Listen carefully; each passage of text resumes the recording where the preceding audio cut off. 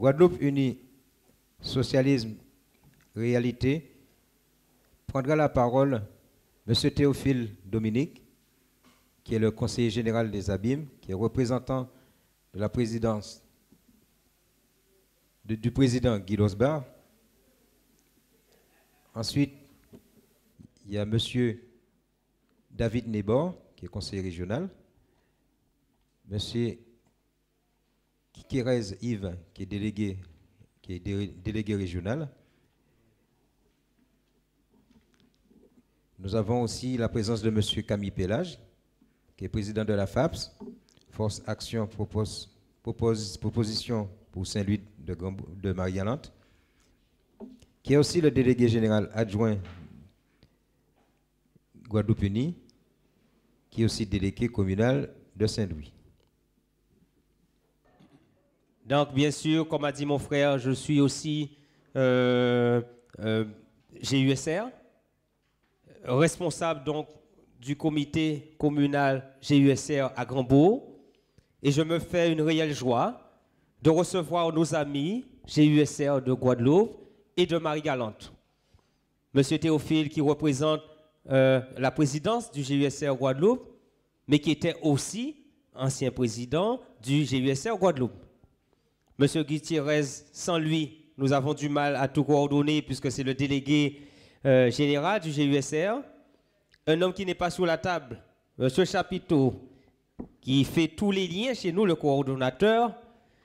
Sur Marie-Galante, nous avons Camille Pélage, que nous connaissons bien, aussi délégué communal GUSR. Nous avons Sonia Taille-Pierre, déléguée du comité communal de Petit-Bourg et qui représente en même temps la ville de Petit-Bourg, puisque c'est une union familiale, le GUSR. Et que je vous accueille, comme je vous disais, avec un grand plaisir. Plaisir qui n'est pas seulement humain, mais plaisir dans le travail que nous avons commencé à faire et que nous allons continuer à faire ensemble pour le devenir de Grand-Bourg. Merci et de Marie-Galante. À toi la parole, camarade. Alors bonjour à tous. Mesdames et messieurs, chers amis camarades, cher Daniel, je vous remercie de ces chaleureux mots d'accueil. Et j'adresse en retour mes sincères salutations à l'ensemble des camarades du comité communal de Grand-Bourg. Et bien sûr à toute la population de Grand-Bourg, de Marie-Galante, que je félicite d'être venus. Vous êtes en nombre pour participer à cette manifestation inaugurale. Donc je m'adresse au nom du président de Guadeloupe Unie, Socialisme et Réalité, Guy Losbar, maire de Petit-Bourg, président de la communauté d'agglomération du Nord-Bastère, qui m'a chargé de conduire la délégation et de vous présenter ses excuses liées à la fonction qu'il occupe au niveau de sa collectivité. Je tiens tout d'abord à vous dire que nous sommes fiers de la création du comité communal de Guadeloupe Unie à Grand-Bourg de Marie-Galante. Nous étions hier très fiers aussi de la création du comité communal de Saint-Louis de Marie-Galante que nous avons installé, prouve, s'il en était besoin, tout l'intérêt que Guadeloupe Unie porte à cette belle île de Marie-Galante et à son avenir.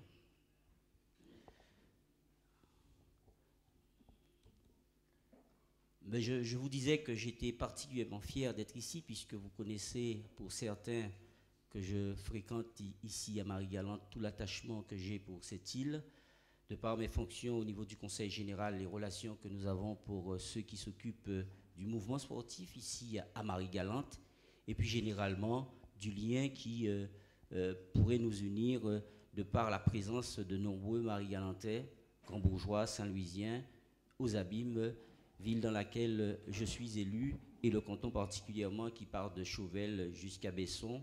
C'est nombreux Marie-Galantais qui s'y trouvent et qui nous rencontrons assez souvent. Je me permettrai de rappeler que notre parti était à Marie-Galante il y a peu de temps, le 21 juillet dernier pour être plus précis, qui répondait à l'invitation de la FAPS, Force d'Action et de Proposition pour Saint-Louis, à l'occasion de son premier anniversaire.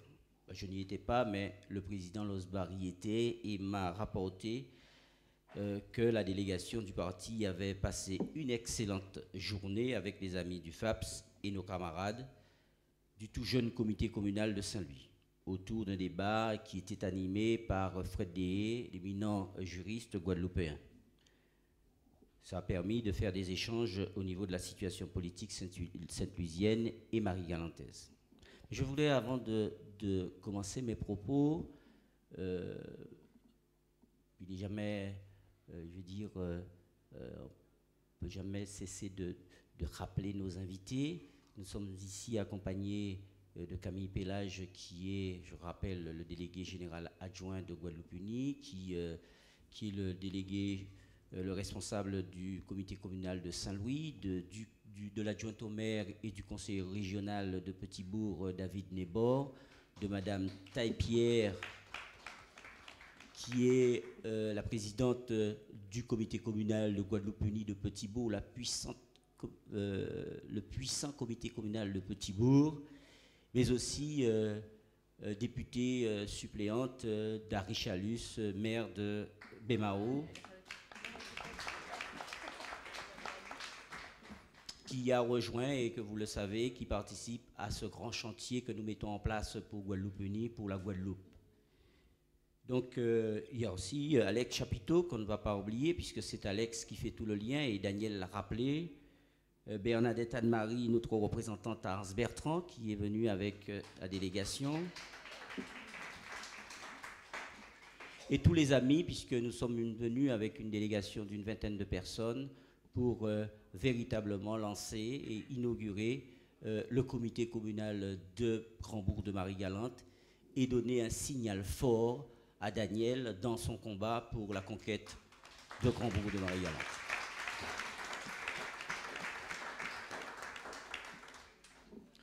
La journée militante d'aujourd'hui est une manifestation que nous considérons importante à plusieurs niveaux. En effet, il s'agit avant tout de permettre une réflexion, c'est ce que vous avez, Daniel, avec tes amis, vous avez fait tout à l'heure, sur le comment, quelles sont les perspectives que vous souhaitez donner à la ville, à la commune de Grand-Bourg, dans le cadre de ces élections municipales prochaines, et quelle est d'une manière générale et globale, comment vous entrevoyez cette cohésion, ce maillage du territoire avec les forces qui concourent à ce changement au niveau de Marie-Galante. Et c'est avec plaisir et beaucoup d'émotion que nous avons bien écouté cette phrase qui, au-delà de Grand-Bourg de Marie-Galante, que tu souhaiterais fédérer les autres communes. Le mal de Marie-Galante, puisque nous avons l'habitude de travailler sur les îles, c'est bien cette cohésion pour donner du sens et de la lisibilité aux politiques publiques à Marie-Galante. Donc merci pour cet engagement, puisque nous avons aussi retenu qu'au-delà de l'élection municipale, il y a le travail qui continue, parce que le travail de Guadeloupe-Unie n'est pas pour une élection telle qu'elle soit. Le travail de Guadeloupe-Unie, c'est transformer le pays Guadeloupe et ouvrir de nouvelles perspectives aux Guadeloupéens pour un grand changement, parce que nous ne sommes pas contents de ce qui se passe aujourd'hui en Guadeloupe, et nous ne sommes pas contents parfois dans nos territoires communaux de la manière dont les choses sont gérées. Guadeloupe-Unie a le devoir et il y a l'impérieuse nécessité de pouvoir changer les choses. Et tu n'as pas arrêté ton discours sur 2014 parce que 2015 sera le tournant où nous allons pouvoir présenter à la face des Guadeloupéens ce que Guadeloupe-Unie aura très certainement fait avec les sections et les communes pour pouvoir présenter aux Guadeloupéens une nouvelle alternative pour ce pays-là.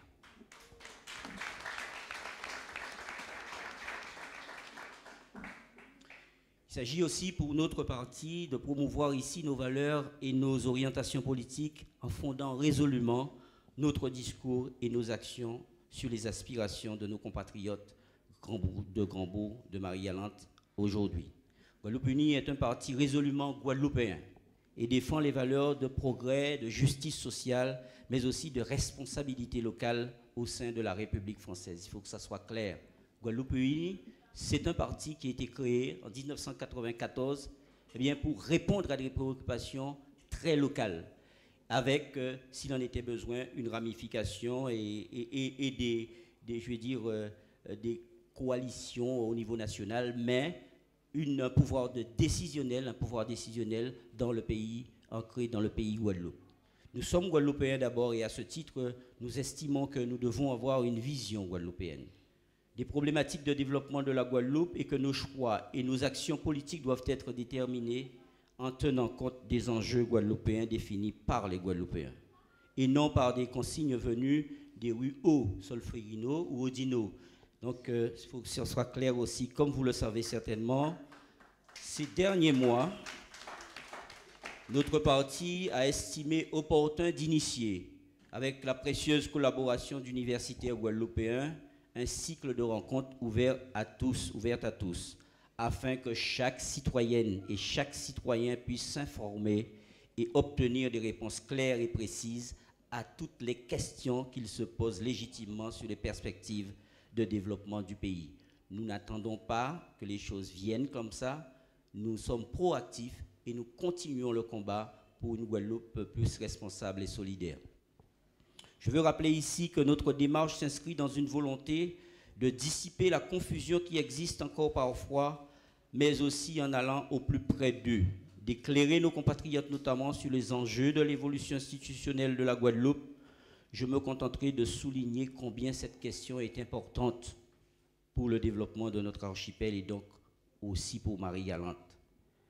Indépendamment des contingences, des questions de finances, de budget, de restrictions budgétaires, cela à l'heure où la France et l'Europe sont confrontées à une crise qui incite les gouvernements à des politiques de plus en plus rigoureuses et notamment à une réduction programmée des dotations publiques aux collectivités territoriales. Tout le monde le sait que dans les 2 prochaines années, la France va tailler pas moins de 40% sur les budgets des collectivités territoriales et notamment de la Guadeloupe. C'est aujourd'hui que nous devons mutualiser, que nous devons fédérer, que nous devons prendre en compte toutes les problématiques. Et c'est cela le rôle d'un parti politique et notamment celui de Guadeloupe Unie. Les décideurs politiques sont appelés à faire de plus en plus, à faire plus et mieux et avec moins. Alors c'est l'alchimie difficile, faire plus, mieux et avec moins de moyens, c'est-à-dire l'efficience, c'est-à-dire donner du sens aux politiques publiques. Pour nous, la question des institutions est étroitement liée à la satisfaction des attentes de nos concitoyens et notamment aussi des îles. Prenons simplement, et je voudrais que vous puissiez vraiment, par des mots simples, comprendre, prenons simplement le cas du chômage, qui nous préoccupe tout particulièrement puisque c'est ce qui est à la mode aujourd'hui. C'est comme la température au niveau de la France. Chaque matin, le Français de l'Hexagone, la première discussion, c'est quelle est la température, quel temps il se fera, quel temps il fera aujourd'hui. Ceux qui ont vécu en France métropolitaine savent très bien que toutes les discussions de nos Français de l'Hexagone, c'est quelle sera la température aujourd'hui. Aujourd'hui, la question, c'est le chômage. Quel est le taux de chômage aujourd'hui? Il y a eu combien de chômeurs de plus? Combien d'entreprises qui ont fermé? Quelles sont les délocalisations? C'est toutes les presses, indépendamment de ce que nous connaissons du problème de la violence et de l'insécurité. Alors, qui nous préoccupe, je vous disais, tout particulièrement compte tenu des dizaines de milliers de jeunes issus de tout l'archipel, et notamment ici à Marie-Galante, qui ne trouvent pas d'emploi. Mais comment se retrouve-t-on lorsque les politiques, ayant trait à l'emploi, à l'insertion et à la formation professionnelle sont gérés par 3 chefs de file différents? L'État, le département, la région. Il faut qu'il y ait une lisibilité, une mutualisation, une visibilité, un pot commun pour régler ces questions-là, pour ne pas perdre du temps, perdre de l'énergie pour peu de résultats. D'autres pays l'ont compris. D'autres situations ont déjà été testées sur d'autres questions et qui ont montré leurs résultats. En termes de développement économique, d'aménagement du territoire, de transport ou de maîtrise du foncier, là encore, les compétences sont partagées entre 2 collectivités et parfois 2 collectivités qui souvent se chamaillent pour des questions de leadership au détriment parfois de l'intérêt commun, quelle que soit la collectivité, soit le conseil régional à gauche, un conseil général à droite et vice-versa, ou parfois même les 2 conseils généraux du même bord parce qu'il y a des rivalités qui sont inutiles et qui ne vont pas dans le sens du pays. Comment répondre aux impératifs de la restructuration des filières de traitement des déchets de toute nature lorsque le département assure la compétence du cadre normatif pour les déchets ménagers et la région celui des déchets industriels? Comment voulez-vous que nous puissions avancer résolument et que nous ne prenions pas de retard sur ces questions-là quand nous n'avons pas de feuille de route claire et nette et simple pour pouvoir traiter des questions qui sont importantes et qui sont mises sur la table et à la face du monde, la question du renouvellement, la question des énergies renouvelables et de l'environnement. Comment développer une véritable économie de la culture et contribuer à renforcer notre identité créole lorsque l'exercice de cette compétence est écartelé entre plusieurs collectivités? Comment mettre un terme à cette situation qui conduit à ce que les manifestations culturelles que nous entendons se concurrencent alors qu'une meilleure coordination permettrait d'élaborer un véritable modèle économique, vecteur d'attractivité et donc d'activité? La culture, c'est un vecteur de développement économique. Les manifestations culturelles, plus simplement en dérivé, vecteur de développement économique. Mais lorsque nous ne savons pas quelle est la programmation claire, nette et lisible pour pouvoir faire en sorte que cela puisse profiter au pays, eh bien nous continuons parfois dans le gaspillage. Autant de problématiques qui ne résultent pas seulement des dysfonctionnements du cadre institutionnel actuel, mais dont la gestion peut être grandement améliorée. Et que dire des problématiques du développement de Marie-Galante, puisque nous sommes ici aujourd'hui à Marie-Galante? Le tourisme, l'agriculture, la préservation de l'environnement. Daniel, avec son équipe, ont parlé tout à l'heure, la pêche, la question de la santé, de la prise en charge, l'organisation spatiale du territoire, le transport, soit autant de secteurs et de vecteurs qui nécessitent une vision globale du développement de Marie-Galante. Une ambition collective des élus marie-galantais qui aujourd'hui malheureusement ne semble pas se faire jour, et il faut que cela change. Et c'est cette perspective qu'à la fois saint-louisienne et aujourd'hui grand-bourgeoise qu'il faut prendre en compte, parce qu'il faut changer ces choses-là.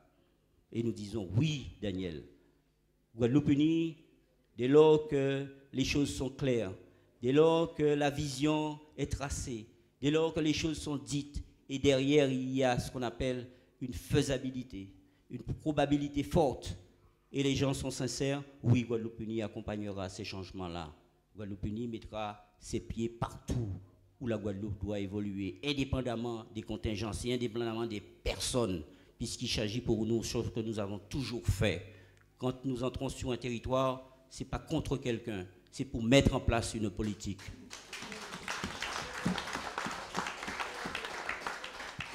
C'est fini le temps où je te donne, tu me donnes. Guadeloupe unie a résolument pris le pari d'aller sur des actions concrètes, indépendamment des personnes, indépendamment des amitiés, indépendamment des liens, mais toujours résolument avec une forte action pour le développement au profit des territoires et des personnes. Et à Grand-Bourg, c'est ce que nous allons faire.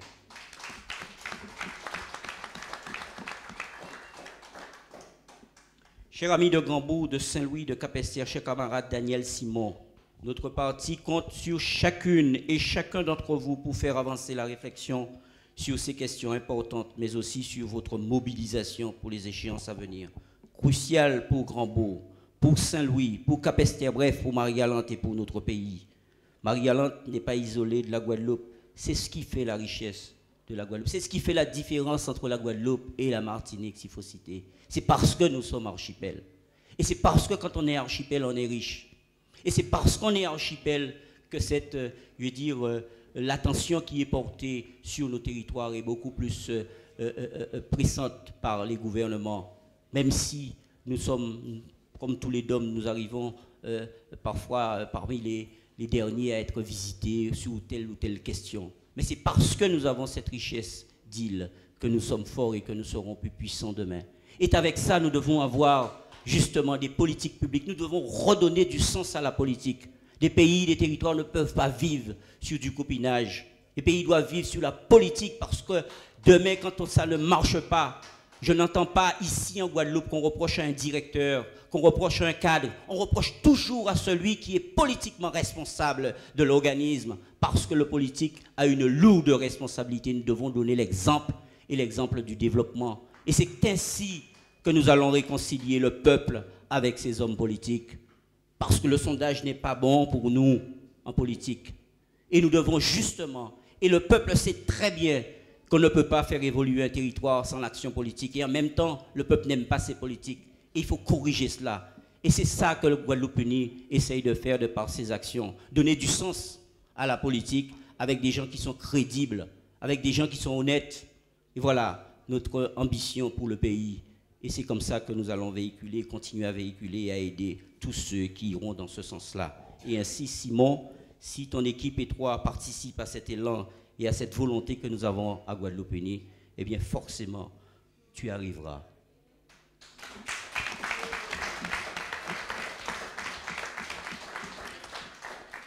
J'insisterai tout particulièrement sur l'indispensable implication des femmes marie-galantaises dans une perspective électorale renouvelée. Cette opportunité qu'offre la loi ou les nouvelles lois de faire en sorte qu'il y ait une parité, un engagement. La parité ne doit pas être quelque chose de subi par les femmes, mais se permettre justement ce maillage d'intelligence, cette communion de vues sur des questions qui sont essentielles pour le développement des territoires, hommes-femmes ensemble, et c'est ainsi que la société doit marcher, hommes-femmes. En effet, la loi électorale évolue sans cesse, je l'ai dit, en faveur d'une juste représentation des femmes dans la vie politique. Après l'exigence de la parité dans les élections locales et nationales, celle-ci est développée par de nouveaux textes qui prévoient une réforme du mode des scrutins de 2014, des conseillers communautaires applicables dès 2014, mais aussi une réforme des élections départementales 2015. Je pense que la réforme de 2014 sur les élections municipales qui fait que la liste, vous aurez un bulletin, deux listes. Un bulletin, deux listes. Vous allez voter avec un bulletin, mais il y aura deux listes. La liste des municipales, la liste des conseillers communautaires. Et après, c'est plus technique. Ceux qui représentent 1/5 de la liste, il faut diviser la liste par 5 et on doit trouver les 1/5 pareil que les 1/5 dans la liste communautaire et les 3/5 peuvent être dispatchés sans qu'il y ait, on doit retrouver la totalité des représentants communautaires dans les 3/5 de la liste. Dans les 3/5 de la liste. Mais c'est plus technique, mais l'heure viendra où Guadeloupe Unie avec ses experts passera partout où nous avons des candidats à soutenir pour pouvoir bien expliquer avant de faire des listes. Mes chers camarades, mes chers amis, en conclusion, je dirais simplement que nous savons combien les forces vives de Grand-Bourg sont actives dans le cadre du mouvement citoyen pour le changement. Vraiment, c'est un beau slogan, un mouvement citoyen pour le changement. Mais je dirais, pour un changement, le changement, ce n'est pas maintenant, on ne dira pas ça comme ça. On dira que le changement, c'est aujourd'hui. On fera le changement à Marie-Galante. Aujourd'hui, on fait le changement à Marie-Galante. C'est un cycle qui s'annonce et je m'adresse à ceux qui ne sont pas encartés à Guadeloupe Unie, à ceux simplement qui sont venus écouter, il y en a toujours. Allez leur dire qu'il faut cesser cette politique, surtout dans les îles, de je te connais, je te donne la force. On ne donne pas une force à quelqu'un en politique, on croit dans ce qu'il présente.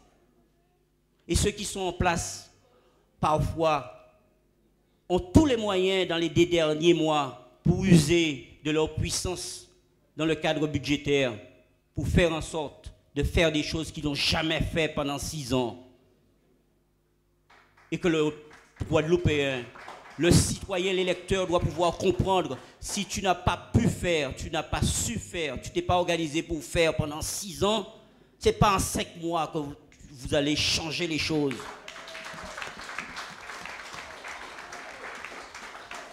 Et que le discours que nous tenons à Guadeloupe Unie, c'est de dire que tous les maires ont toujours fait des choses. Nous ne viendrons pas avec un discours. Tous nos candidats auront, cette feuille de route. Les maires ont toujours fait quelque chose puisqu'ils ont bouffé leur budget. Donc ils ont fait quelque chose avec l'argent. Mais ils n'ont pas fait ce qu'ils devaient faire. au service du peuple et au service du territoire. Et c'est là que nous demandons le changement quand le budget est utilisé pas pour le développement du pays ou du territoire. Et c'est comme ça que nous allons voter. Même si c'est notre frère, même si c'est notre tante qui se présente à une élection, il faut juger sur pièce, sur sa programmation et sur son savoir-faire.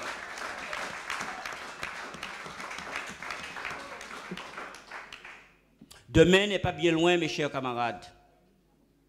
Demain est à notre porte. La vie de Guadeloupéens commence aujourd'hui sa phase de rénovation avec des candidats neufs, avec des candidats aussi qui ont su faire leurs preuves, qui ont réussi. Nous avons des éminents qui ont réussi et des jeunes qui sont venus il y a 6 ans et qui ont réussi. Et je voudrais rendre hommage à l'action de notre président Guy Losbar, qui donne l'exemple du développement du territoire. Quand Petit Bout parle pour 2019, 2020, puisque Petit Bout ne parle pas pour 2014, 2014 c'est hier pour Petit Bout.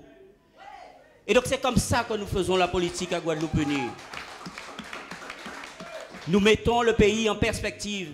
L'homme politique doit avoir 10-15 ans d'avance sur le peuple dans sa réflexion. Parce que c'est l'homme politique qui va développer le territoire. Et le peuple lui fait confiance quand le peuple vote. Je me rends à toi comme au bon Dieu. Bon Dieu, je rends à toi. Je vote pour toi pour développer le pays.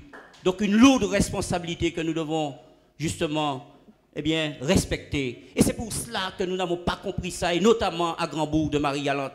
On ne délaisse pas une commune. On ne quitte pas le peloton quand il y a une crevaison. On reste là, on développe le pays. À Saint-Louis, on ne quitte pas la barque pour mettre des galons sur les épaules. On reste là. En Guadeloupe, on ne quitte pas la barque pour mettre des galons sur les épaules. On reste là.